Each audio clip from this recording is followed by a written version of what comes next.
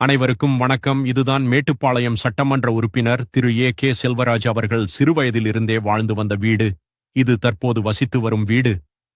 2000ஆம் ஆண்டில் புரட்சி தலைவி அம்மா அவர்கள் இவரின் வசதியின்மை காரணமாக புதிய டாடா சுமோ காரையும் அப்போதே வழங்கி கட்சி பணி ஆற்ற செய்து மாதம் செலவுக்கு பணமும் கொடுத்து கோவை புறநகர் வடக்கு மாவட்ட கழக செயலாளர் பொறுப்பு வழங்கினார். 2001இல் மேட்டுப்பாளையம் தொகுதியுடைய சட்டமன்ற உறுப்பினராக்கி சில மாத காலம் புரட்சி தலைவி அம்மாவுடைய தலைமையில் வீட்டு வசதி மற்றும் நகர்ப்புற வளர்ச்சித் துறை அமைச்சராக பணியாற்றினார். அதற்கு பின்னர் 2014இல் நாடாளுமன்றத்தினுடைய மேலவை உறுப்பினராக அம்மாவால் வழங்கப்பட்டு 6 ஆண்டுகள் சிறப்பாக பணியாற்றியிருக்கிறார்.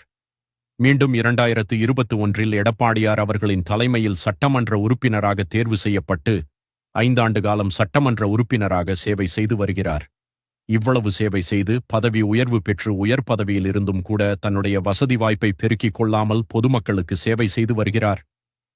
எடப்பாடியார் அவர்கள் செங்கோட்டையனுக்கு பதிலாக ஈரோடு புறநகர் மேற்கு மாவட்ட கழக செயலாளராக நியமித்தார்.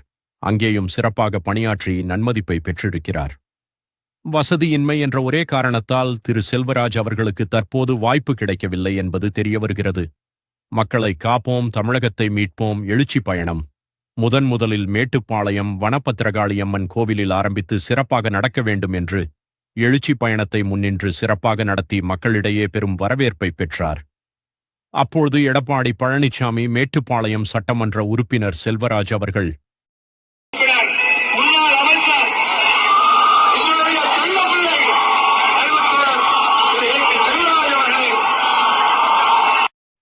மேட்டுப்பாளையம் தொகுதி மக்களின் செல்லப்பிள்ளை என்றெல்லாம் புகழ்ந்து பேசிவிட்டு சென்ற திரு எடப்பாடி பழனிசாமி அவர்கள் தற்போது அந்த செல்லப்பிள்ளைக்கு 2026 சட்டமன்ற தேர்தலில் வாய்ப்பு கொடுக்கவில்லை. எனவே மிகவும் நடுத்தர குடும்பத்தில் பிறந்தவர் மற்றும் எளிதாக மக்களுடன் பழகக்கூடியவர் மற்றும் மிக எளிமையான மனிதர். ஆகையால் இவர் மக்கள் மத்தியில் மிகுந்த செல்வாக்கு மிக்க அரசியல் தலைவராக விளங்குகிறார்.